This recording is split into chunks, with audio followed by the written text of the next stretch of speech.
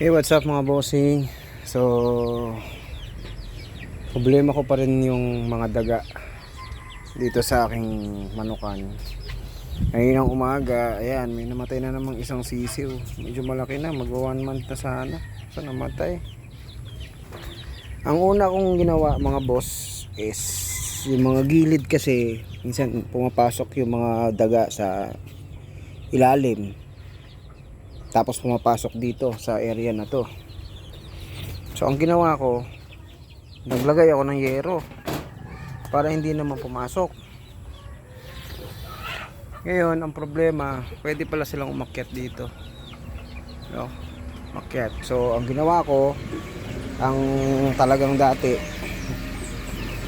ito bakante yan, bakante yan. Ayan, sarado yan, sarado.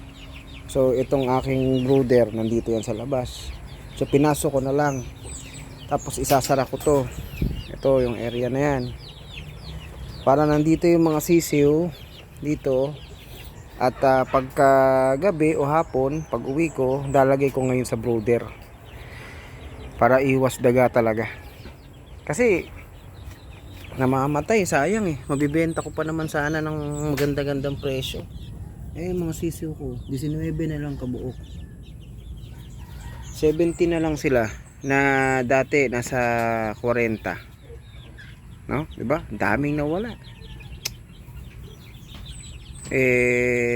Ganun talaga, nagsisimula pa naman ako.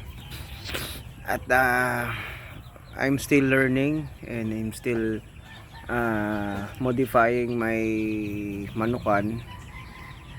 And hindi naman ako nadi-discourage. Kasama talaga siguro. Kasama talaga sa sa mga gantong simple business, no? So, padayon lang ta mga boss. Bye bye.